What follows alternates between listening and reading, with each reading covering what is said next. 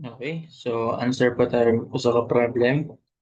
So this time, involving both na siya stress and yung strain. No? And the aluminum tube is fastened between a steel rod and aluminum daw tube mo ni is fastened between a steel rod niyan nasa right and ang bronze rod as shown in the figure. So actual loads are applied at positions indicated. So kani sa bronze sa left end ay tripping nga patulak papunta sa section. So compression siya sa diri sa dulo sa right end nakay tupi nga pahatak pod sa section. So tension siya. Okay, so find the value of P that will not exceed a maximum. O, sige, suwat nato ng given dayon. So find the value of P that will not exceed the maximum overall deformation. So ibig sabihin, ang total deformation niya should not exceed pila 2 mm, 2 millimeters. So ang total deformation should not exceed na practice ng pagsuwat sa inequality. So that's 2 millimeters. May criteria or condition need masunod. Or a stress in the steel, or pwede po siyang stress sa steel, syempre, di mo lagpas, shall not exceed the maximum. So, stress ng steel na 140 megapascals, ibig sabihin, muna yung mga conditions niya. O, sa aluminum ko no, 80 pod, al na lang. That's 80 megapascals. Unya, ang last kay sa bronze, sigma sa bronze should not not exceed 120 megapascals. So muna atong mga condition. So kinahanglan kining upat masatisfy okay at the same time. So muna same ra nag-concept ganina. So bawat isa anin may formula ba yan na. So na kay makuhang value ni P. Kanya i-compare to nimo as pinakagamay mo tig sundo nato. Nanara, di ba? So okay, so assume that the assembly is suitably braced. Ang ganyan na ho, pag may braced, so why di siya magbakil paana or paana, no? So, kuan ra jud siya, mag-deform ra jud siya along its length, along its axis. Okay, and that modulus of elasticity sa steel, suwat na lang nato dire, modulus of elasticity sa steel kay 200,000 megapascals. Ang sa aluminum kay 70,000 megapascals pod. And lastly, ang sa bronze kay 83,000 megapascals pod. Okay, so 83,000 megapascals. So sige, so kanira atong gamiton sa usa-usahon nato ni or ihuli ni na ho. Anaki reason ihuli na ho. Unahon sa anato kining sa unsa man ni una sa bronze. Diri na lang nato isuwat. Okay, diri ta magsuwat. So sa bronze should not exceed 120 megapascals, no? So unsa gani ito yung formula? So ang sigma sa bronze kay kuan ba force over area, kinahanglan nimong force sa bronze tapos over area sa bronze. Nanara. Pero unsa ang ganito mag-cut ka diri, di ba? So kinahanglan pa nimo ma-solve tong mga axial forces. Okay, sa bawat section. So force sa bronze, force sa aluminum, pwede naman yung mata-matahon na lang. Force sa aluminum, unya force sa steel. Nanara good. Mo to, pwede ta magputol dere, put doon na to dere, so makita ka tag compression kay mo kontra na siyan. So 3P pod na, no? So in compression ra, so isuwat na lang nato as negative 3P. So to negative 3P. Okay, kinahanglan naka newtons ta ana. Okay, so dere dipit sa aluminum, pero check sa una kung Mulagi, equilibrium ba siya? So, 3 to the right plus 2 to the right. So, that's 5. Then, 1 to the left plus 4. So, 5 pod. Parehas ra sila. Ibig sabihin, in equilibrium na siya. Hindi na mo move. Wa na yung velocity, bali. So, on direct na magputol, na kay 3 to the right, na kay 1 to the left. So, para mag-equal na sila, kinahanglan mo og 2p pa to the left, no? 2p plus p, so that's 3p, equal na siya sa 3p to the right. Ibig sabihin, kinahanglanon ra nato og 2p to the left, so that's towards the section, compression na siya. So, negative 2p gihapon day, no? So, that's negative 2p. And lastly, ang sa steel, actually, pwede na mo diretso. Pwede kinakamutan out diri siya na sa right. So, na to the right, kinahanglan na nimo to the left. So, that is away from the section. So, that is intention. So, tension lang ang steel na to. Steel rang intention. 2p. Okay, positive. Nanara, no? Or kung pwede mo tanawang dere, kung gusto nimo pahirapan, 3p, anya kini kay 5 na. So, kinahanglan nimo og 2p nga pa right. Pa right 2p. So that is away from the section. So that is also still tension. Okay na natin mga member force. Naka-Newton na sila. O pwede na mo i-substitute. Di ba? O pwede na mo i-substitute. Dire, substitute na nato. So ang sigma sa bronze kay 120 megapascal, syempre equate na nato. Ang PBR kay 3P.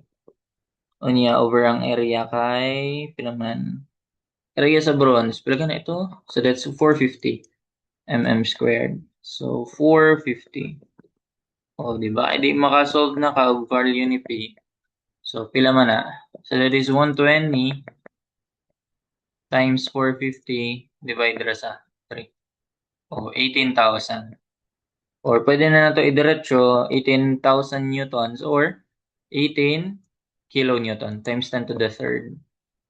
Mo ni ko sa. So kinahanglan nato i-check to silang tulo. Unya i-add pa tong additional nga sa strain. Kay kini kay sa stress pa man eh, di ba?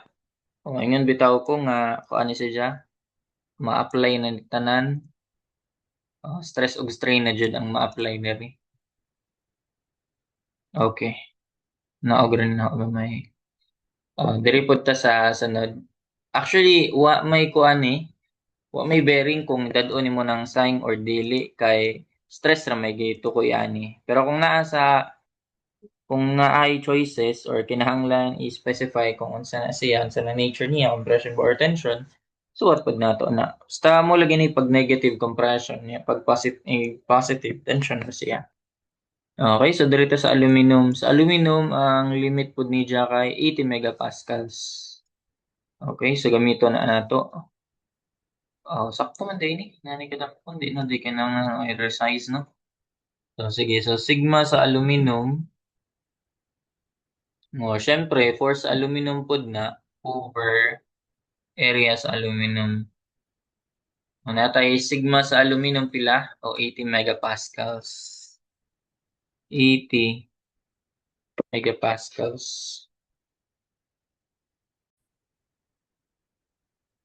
Okay, so 80 megapascals and that is equal to pila nung P aluminum o that's 2P. Actually, pwede naman isuwat yung sign, pwede pag daily, preference na nimo. Pero sa strain, importante na siya.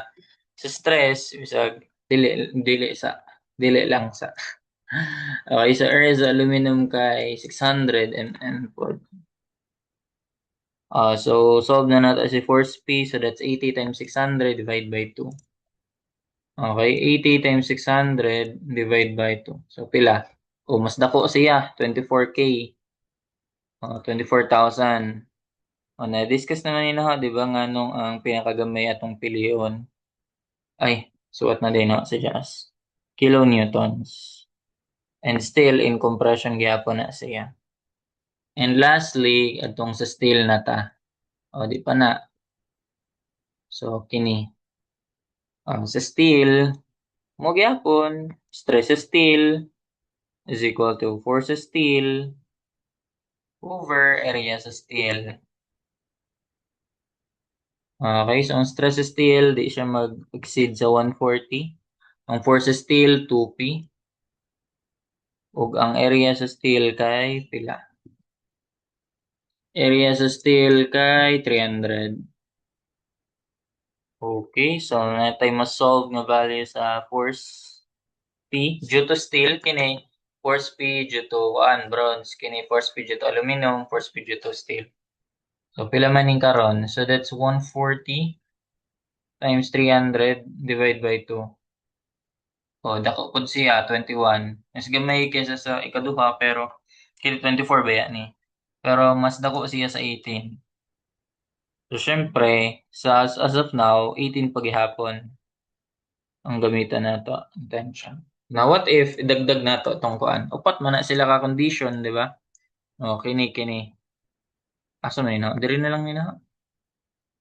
Sige, sa ubos na lang. Indecisive. Tayo. So diri na lang ta. So ang total deformation mo na lagi ni importante na ng sign ani.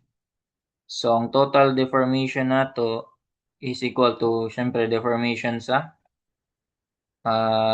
sige. Deformation sa bronze tas aluminum tas steel. Okay? So this time ang force ang magda sa sign. Okay, ang himong nato. So i-plus rin na tanan ning deflection ay deformation. Bronze tapos aluminum unya sa steel. Okay, so ang mga magda sa sign kay katong mga force nila. So kung compression mo lagi to negative, compression negative. Okay, so suwat na nato. So that's 2 mm and erekta na lang nato ha kay PL over AE ramon pud ni. No? So P bronze, sige suwat na lang din na. Or nga na lang P L over AE. Aron dili kapoy ba? PL over AE. Pero nakasud na siya.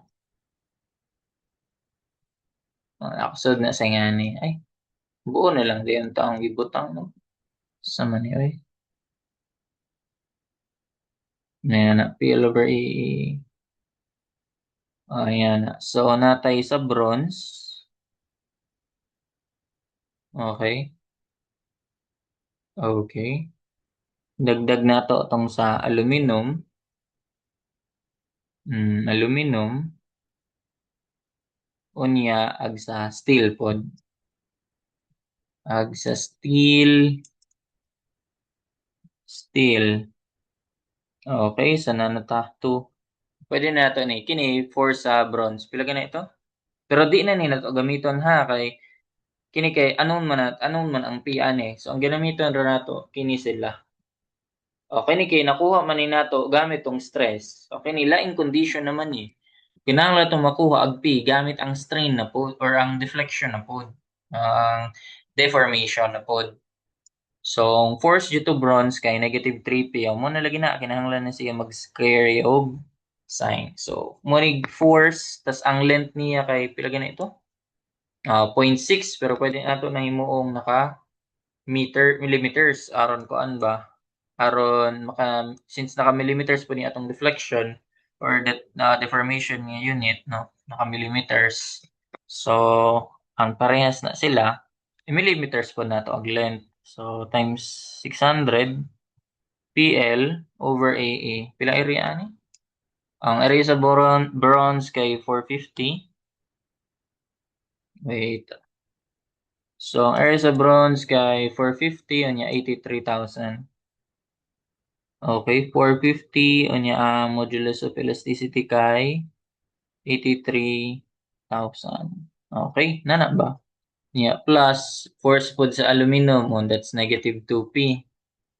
Negative 2p anya times sa length niya pilang length ato? That's 1 meter or 1,000 millimeters. PL over area pila na ito? Sa aluminum ang area kay 600 unya 70. Okay. Area kay 600, ang modulus of elasticity kay 70 gigapascals. And lastly, para sa steel, 2p gihapon. 2p, pero positive na siya. Ang length ani 800 ba to? 800 lagi, 0.8. PL over area sa steel, pila gani ito?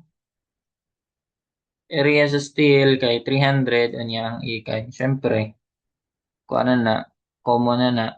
Actually timan ipod ning kuan modulus of elasticity sa duha kini for bronze, kini for aluminum. Common na pud na sila kay basin di ihatag, di ba? Ang expected sa prof ninyo nga kay bawo na mo ana. Okay, so ang imo na to ani ah pwede man i-factor out aron lang matipid bata sa kuan bag input sa calcu. So kining times 10 to the 1, kining 1 times 1,000 times 1,000 pwede na nato siya i-balhin diri. Anya masob na nato ang p, no? Sige, say mo na to. Ibig sabihin mo na yung 2 times 1,000 na. Para na ma-simplify siya ba? Anya divide na nimo sa -3 o para sa una -3 times 600 divide nato sa 450 times 83 na lang kay gigawas naman yung times 10 to the third, di ba? Common ba yan sa lahat? Pag i-factor out na nimo gawas, multiply sa 2, mo na siya. Okay, plus, pila ni sunod? -2 times 1,000 divide by 600 times 70. Di ba? Mas dali siya i-type kaysa sa paulit-ulit kanin times 10 to the third. Then lastly, 2p. 2p, 2 times 800 na lang. Divide na to sa area na 300 times modulus of elasticity sa steel, 200,000. Pero naka-factor out na. Kung multiply na po sa PCAS. So, kumbay, 28.9. Okay. So, dako siya gamay, no? Dako tas gamay. Oxymoron. So, ang force P na to kay compression gihapon dire kay negative man. Tingnan mo na ito. 28. 28. So that's 28 point, pila gani?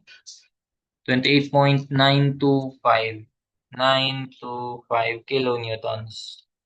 And that is in compression. Okay. So, ang pinakagamay, 18, 24, 21, 28. Pinakagamay kay 18. So, mo ni ang safe. Munta gipangutana, di ba? Sa ganito. Ano itong pangutana diri? Find the value of P that will not exceed a maximum value. So, syempre, pinakagamay atong gamiton pag inana, force P. Okay, so na-discuss na po na ako sa uban, di ba? Sa stress. So, yan na same concept na sila. Pag i-plug in mo na, ibig sabihin, pag i-plug in mo ni, dire, so di niya ma-exceed ng 80. Pag i-plug in mo dire, di niya ma-exceed ng 40. Less than na siya ka na 8. Pag i-plug in mo na dire, di na mo abot sa 2 mm. Kaya yung pinakagamay mo itong gamit. Pero i-plug in mo na diri, sakto na siya nga 120 kay mo nang formula itong gigamit sa pagkuha na. So mag-back solve ra ka. Diba? Reverse engineering ra ka. O pabalik ra ka, edi mo gyapon ni mapagawa sa exact try. So, mo na actually na ako gihimong program ani. Pakita pod na no. Ano ni sa problem. Yan mo ni gihimong program.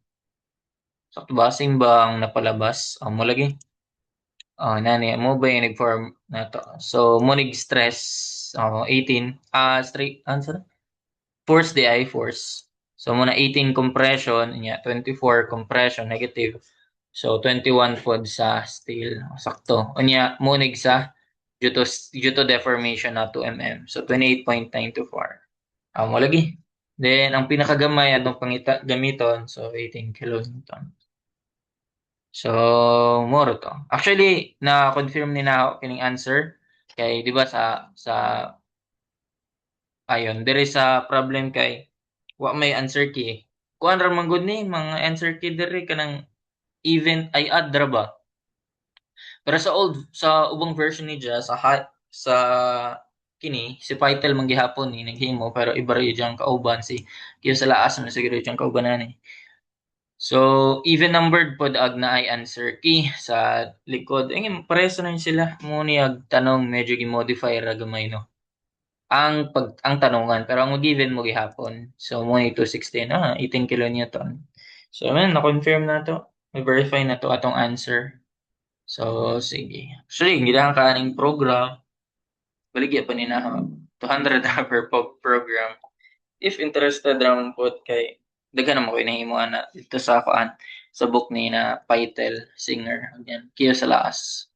So sige, mausa lang na siguro dugang pa kog ubang supplementary problems. Naay similar sa nasa book yung mga nahimo na nako. Pero kani yung mga gi-try na tong nasa book. Okay ni siguro maapil ni sa inyo yung mga discuss pod ni. Kay murag nindot man yung problem kay apil man nag-stress ug strain parehas man jud sila, no? O sige, mo lang na sunod na pod.